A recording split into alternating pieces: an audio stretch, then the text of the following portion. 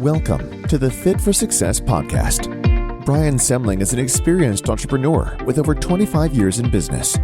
He is the founder and CEO of Blitz Innovation. He has built several brands such as Brian's Toys, a collectible toy business, to several Amazon FBA brands like Strictly Bricks and Clever Creations. His latest adventure is Rovux, a modern athleisure footwear brand which can be found at rovuxfootwear.com. On the podcast, Brian will talk with other entrepreneurs and social media influencers about their entrepreneurial journey, from what it takes to start and run a business to how they may continue to grow their brands and where they see themselves in their businesses in the future. And now, here's your host, Brian Semling. Welcome to the Fit for Success podcast. I'm Brian Semling. Today our guest is Ryan Reed, the owner and founder of Thrive Specialized Training. Welcome, Ryan. How you doing, man? Thanks for having me on. Ryan, excited to have you on the show today. We've had a few minutes to chat just getting started here, and it's been a lot of fun. I'd love for you to just tell our audience the story, the journey that you've been on from childhood to where you're at today. Yeah. So born and raised in San Diego.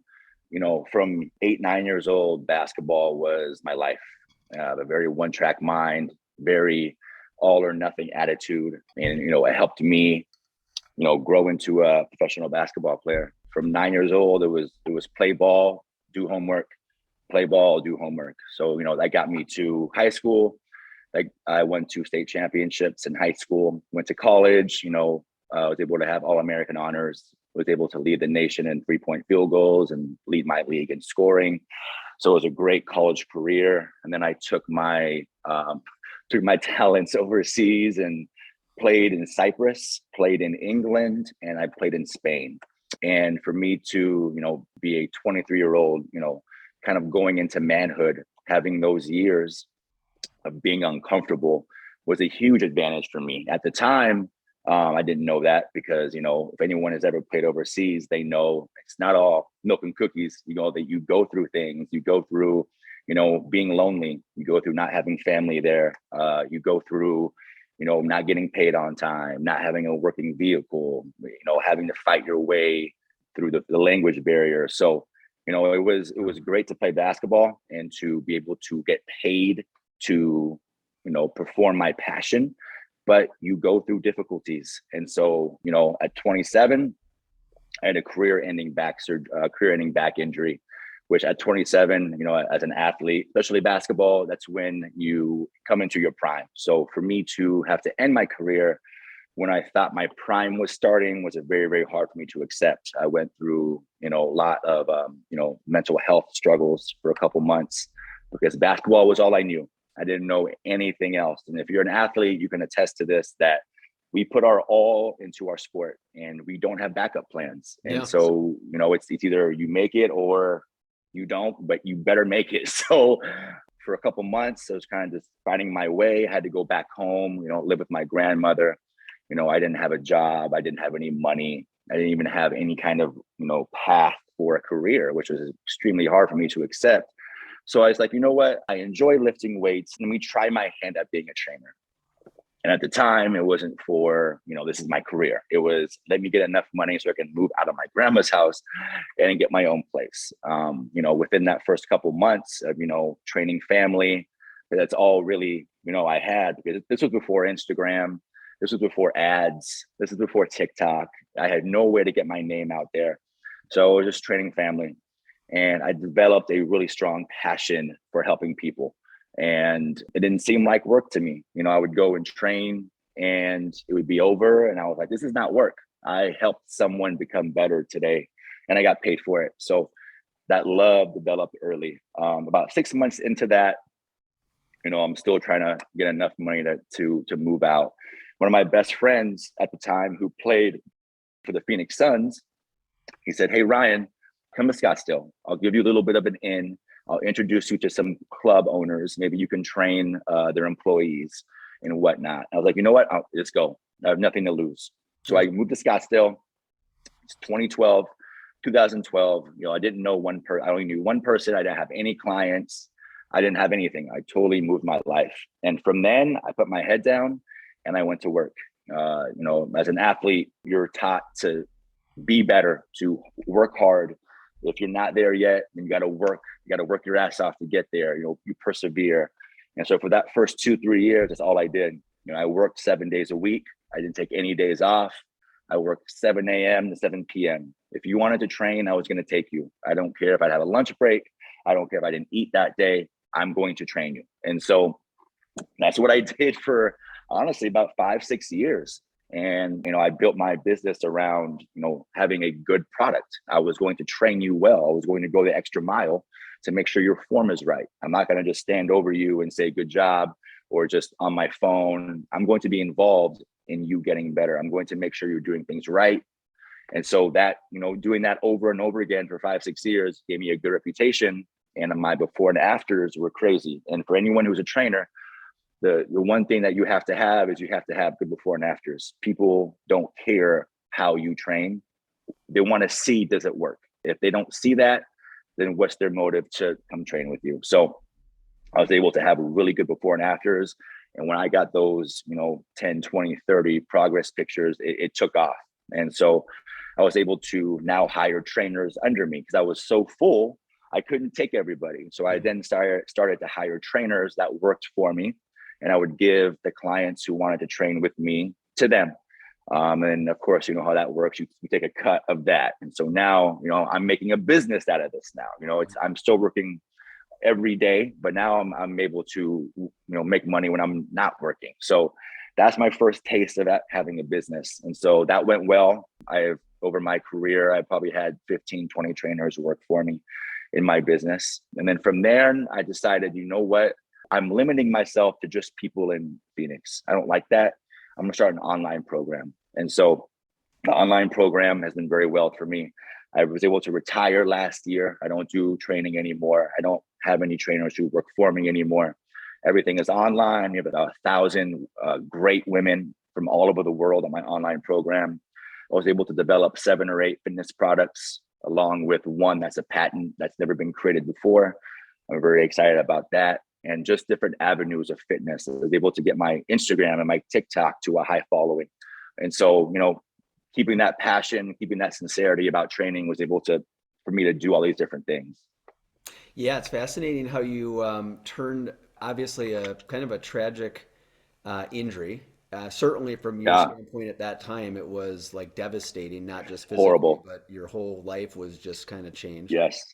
To kind of turning lemons into lemonade, where you made, in essence, a part-time job to Yeah. survive into a job and then career, and then really, it sounds like over the last 5, maybe 6, 7 years, a real business basically to the point Yeah. where now you've scaled, you've like you said, you've retired from face-to-face Mm.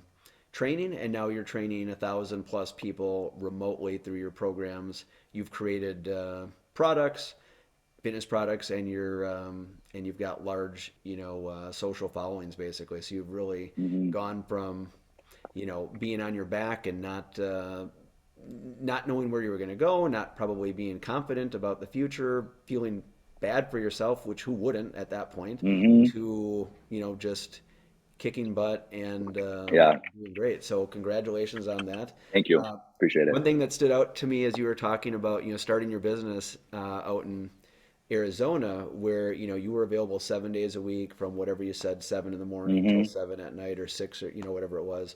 And that reminded me, for my business for the first few years, it was the same way. I mean, initially I started in high school, so I couldn't. But once I was into college, and especially like the summer between spring semester to fall semester, I had a couple of summers, or one summer in particular, I remember, where like literally just worked every day from when school got out to when school started, and it was Sundays, and typically 12-hour days or longer. Maybe not on Sundays Hmm. every week, but it was for sure 5 or 6 hours on Sundays. And it was like, hey, I was in the toy business, still am actually, but if somebody wanted to buy or sell a toy, like, Do it. I didn't have the most money or the most experience, but I was not going to be outworked, basically. So Exactly. just like you were there, like if someone wanted to book a slot at Yep.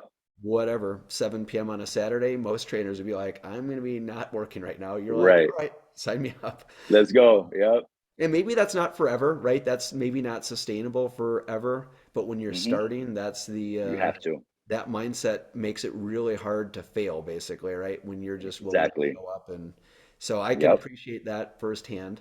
Um, so it sounds exciting. I guess tell us about some of the challenges. So we know the injury and so forth, and that was clearly a major challenge and Yeah. pivot point in your life. But as you started your business, and you started to have some success, what were some of the challenges that you faced along the way at that point in your career? hmm Of course. So if you're going to be great at anything, or you're going to become great at anything, there are going to be people who don't like that.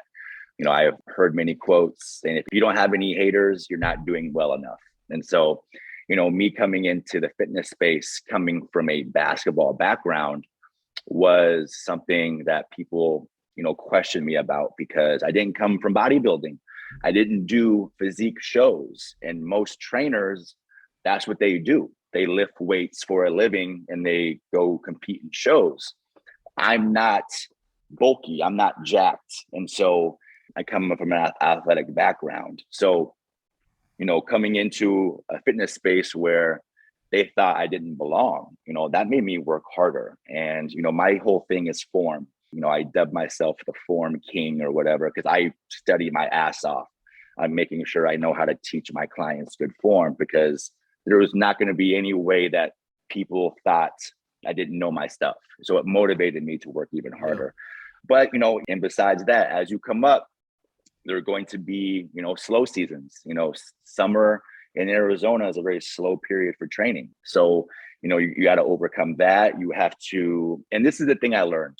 If you're consistent and you do basic things every day, you're going to beat out 80% of the people.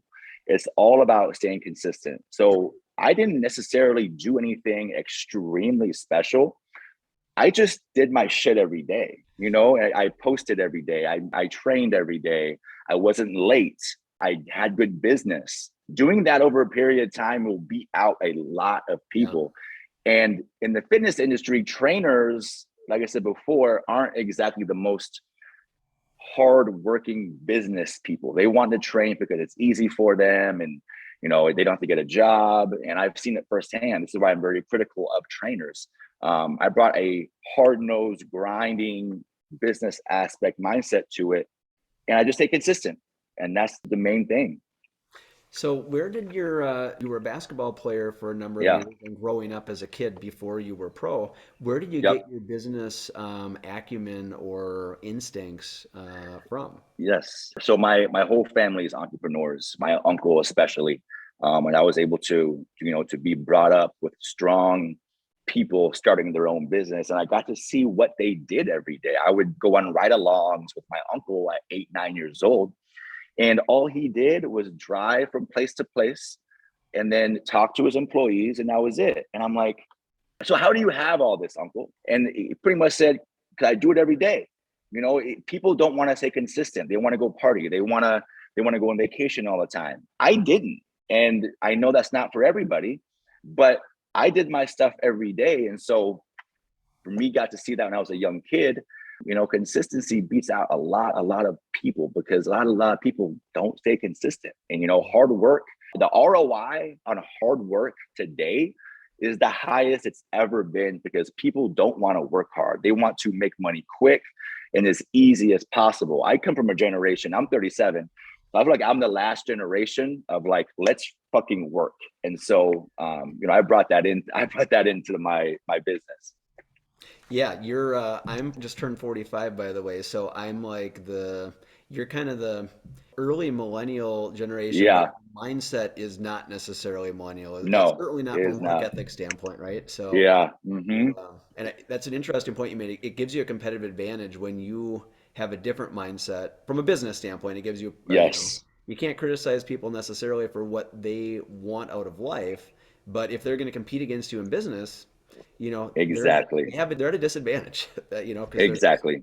so And like I said before, my mindset is not for everyone. A lot of people would be okay with letting their business take a little bit of a hit if they get to go vacation and go to Miami and go party.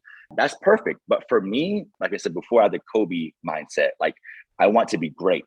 I want to be the best. So if I really want that, sacrifices need to be made. And because my business and the success of my business was always number one, I had no problem doing that. Now, as you've shifted over the last, year or so, year or two from Hmm. kind of face to face, growing your online, now being kind of purely remote online, product based, et cetera, do you take the same level of intensity, or at this Hmm. point are you backing off a little bit and taking some time for Yeah. yourself? Yeah, it's a great question. I've actually increased my intensity. And it's not in the, I'm going to go actually physically go train you. But, I can work from home now, but I am still doing whatever needs to be done. I have employees and they help me greatly, but I'm going to do whatever needs to be done to make sure my business keeps thriving. We have, I'm not training 30 clients, I'm training 1,000, and I have 7 products that we're selling on Amazon that need to be, make sure we have them in stock and make sure the seller account is good. There's a lot that goes on into it. So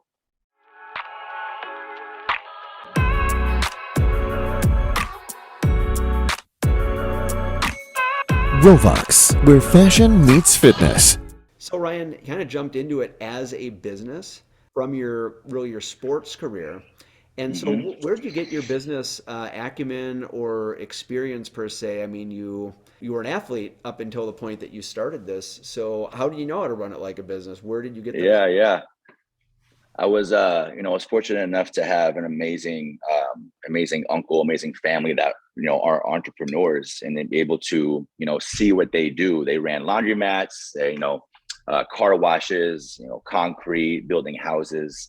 And I was able just to see, how someone did all this. And it goes back to what I said, just staying consistent, doing simple things every day. And I got to see my uncle go to job and talk and to see what he did. And nothing was like, oh my God, how did you do this? It was putting people in places to do their job and then just staying consistent and doing good business.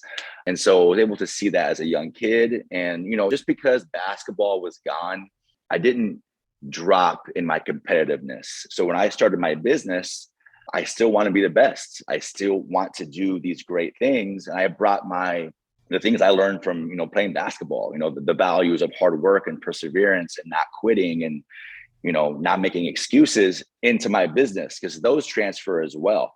And, I was able to, because basketball, athletics and business are a lot of the same values that make you yeah, successful in them. the So, competitiveness and the hard work drive? exactly. And if you don't work hard, you're not going to see it. And you got to put those, just like you did, me putting those, 100-hour weeks when you're a beginner, you have to do that. When you're starting, you can't just jump into the retire mode. You have Yeah. to put in hours of work. Yeah, and it's one of those things now for me that was 25 years ago basically, and now I have a wife and kids and I can't really do 100 hours a week without not being and not be a good Exactly. parent and spouse basically.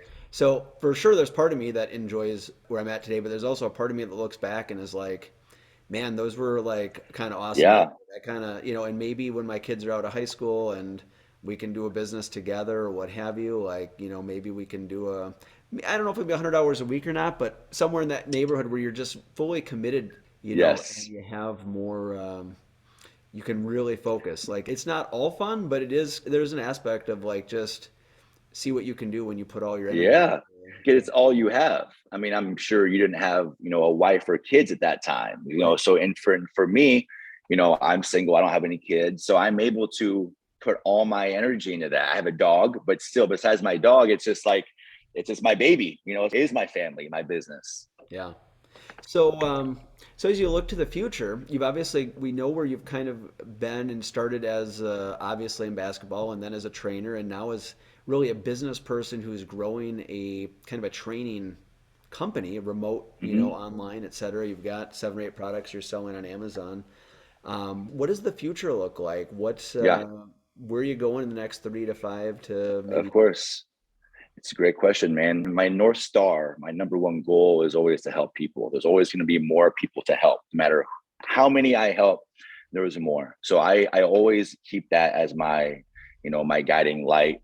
I'm a person that it's kind of going to sound a little bit off. I don't really set goals because I don't know where life is going to take me.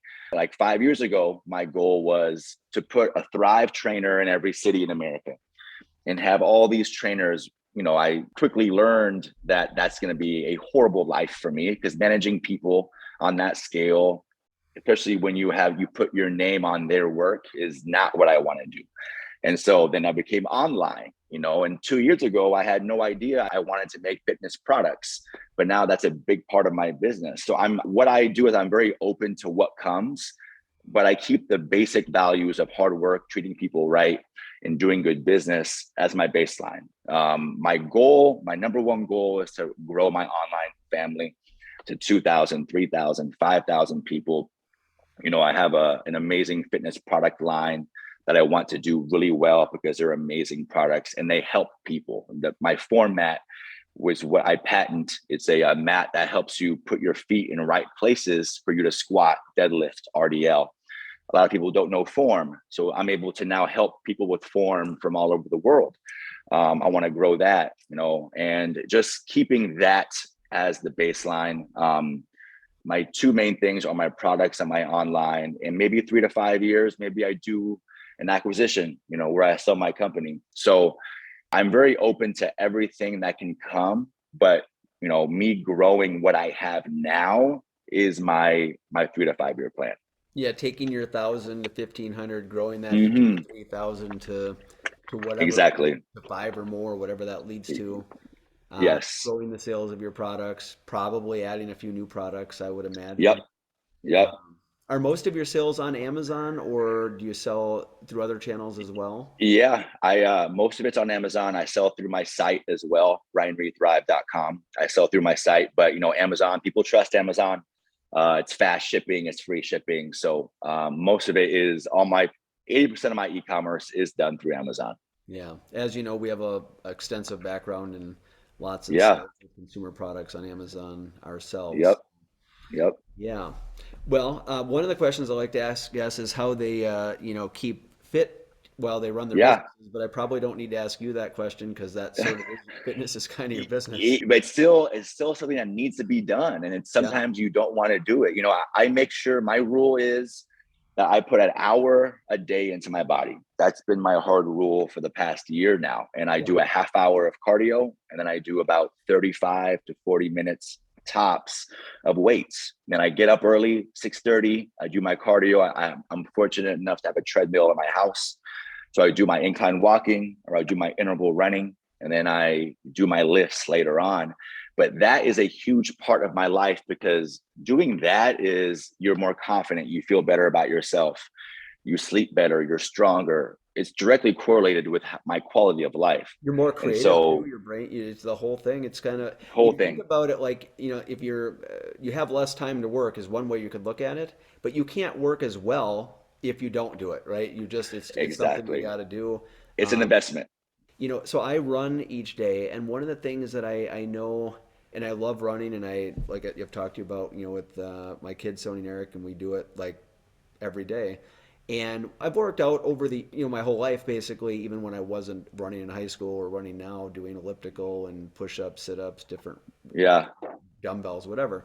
But what I think kind of switched for me maybe a few years ago with running was if I looked at it as I gotta find, am I gonna work out today?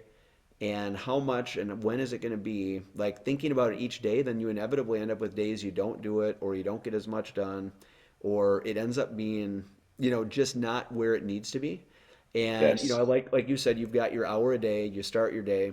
And I guess like for me, kind of on a similar path is, probably 2 3 years ago I basically was committing to running just about every day. And as of November 30th of 2020, I just flipped that switch to just like I realized I was feeling better when I ran Yeah. every day. So I literally have run every day from November 30th, 16, almost exactly 16 months ago. And the point is, then you don't think about, you don't forget to do it. You don't Yeah. prioritize other things. I mean, you have other priorities in your life, but you don't not do it. You know what I mean? When you've got that daily Yes. routine, it's just, No, part of your day. I'm a coach, so obviously when I'm a coach, I have a set time when I'm going to be. But if I don't have that, and it's just me or me and one or two of my kids, it's not a matter of if, it's a matter of Yeah. when. You know what I mean? When. And it just isn't. And so when you think like that, it makes it, I think, and you almost have to make it that priority, basically, right? Because then it's otherwise you get too busy. You get So not, yes. things come up. But when you know it's something you just do, it's part of you. Yes. You don't forget. You don't forget to breathe and eat, do you? And you Exactly. don't forget to Exactly. do your exercise or run if that's part of your, and maybe that's not for everybody. Some people need days off, or some people, but the more days off you take, then it makes it easier to flip the other days to days off too. Exactly. And I tell my clients that it's a non-negotiable. So we don't even talk to ourselves about not going. You just do it. Like, do you have to shower today? Do you have to eat today? Right. It's something that you just do. And Yep. so and I'm the same, man. I say, one full rest day a week is fine. If working out is good for us, it's healthy for us. So if we're eating correctly and we're getting enough sleep, working out is, you could do that daily and you don't have to take too many days off, because just like you said, one day off can turn into two. And once you get in a row, 3, 4, then you've fallen off. You One stay thing that I on. learned last year from going with my kids to a running camp was that most injuries occur, and this was in relation to running, but I would kind of bet it probably goes to all sports, Hmm. is that most injuries occur the day after a day off. Yeah, And I I can see that. thought up until that point, well, I started figuring it out on my own because I started realizing I used to take a day off a week because I thought my body maybe needed it. But then I started realizing that the day after the day off, I never felt any better. I felt worse. Yeah. So then I Yeah. started, so that's kind of what got me into the 7 days. But then when I heard Yeah. this from, and I'm not saying I was injured, but then I heard this from, this other national level coach, and he mentioned this, and I thought to a few of the athletes that I had with some small injuries, and I was like, yeah, they were on Mondays, and I thought to myself about my own situation. I was like, yeah, I never felt better the day. I said, if I feel like I'm in bad shape and I need a rest, then for me Then you that's will. maybe a 30-minute easy run, not a sit Right. on the sofa Right. and don't do anything. Right. Because your body just doesn't react well to that as an athlete. Yeah. Keep the wheels moving. Even if Yes. it doesn't have to be intense, right? Like from your standpoint, like you Exactly. don't have to go do heavy squats and deadlifts 7 days a week, but you do Right. something, right? You do something to kind of keep moving those Uh-huh. and the blood We flowing. call it we call it an active rest day on my Yeah, program. there you So go. yeah. Perfect. So it's been great chatting with you today, Ryan. Just getting to know Yeah. your story, and congratulations on your business and really going from that low point of your Yeah. career, which was like devastating, to really catapulting from that to make that your the catalyst really for what then became your business. And Exactly. you never would wish the injury on yourself. And you think, well, if that didn't happen, your business wouldn't be where it's at today either. So it's kind of a like it all has worked It's out well. and all everyone who's listening, I'm actually getting a tattoo tomorrow that says, no rain, no flowers. And that has been 2 or 3 times, actually 3 times in my life, for anyone who's going through this now. The worst thing imaginable that you could think you're going through, if you're going through some really, really bad things now, most likely is going to lead to some amazing things. At the time, we don't think that. We Yeah. think this is the worst things, but maybe even for you, some things at the time that you thought, God, my life is just, I'm fucked. And then you look back and say, holy this led to amazing things. That's happened over and over again in my life. And so it's especially when you have a mindset where you're going to keep going. Every bad thing that we go through, there is a positive spin on it. It's just mindset. How do you look at it? Try to keep your gratitude basically and your thankfulness, Exactly. keep your faith, and keep climbing, Yes. and things will, you can get through it. It doesn't make it go away instantly, but Hmm. there can be a light at the end of the Exactly. Yep. tunnel, basically. Is there anything today that I didn't ask that you wish that I would have? Oh man, I think we covered everything. I'm an athlete at first, and then I went to a business owner, and my goal is to help people. But I feel like, in whatever you do, like your son, right? He's talked about your son, how He's amazing at what he does, but the things that make him amazing are how he approaches it, his mindset. Yes, he's gifted physically, but what we take into everything we do, it all translates, right? And this is why I was able to go from an athlete to a business owner.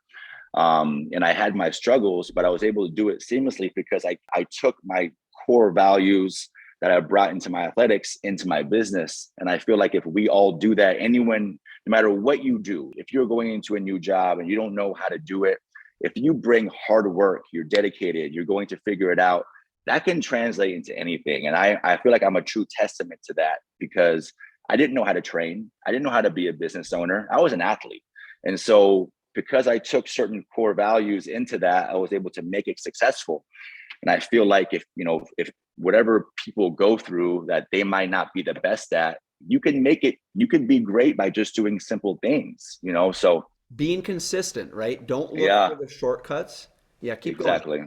Yeah, and doing the simple things, what made the greats great, what made Kobe, what made Mike Jordan, amazing. It's just they worked every day. They made sacrifices. You got to find out how big of a goal you want and what do you want to do in life.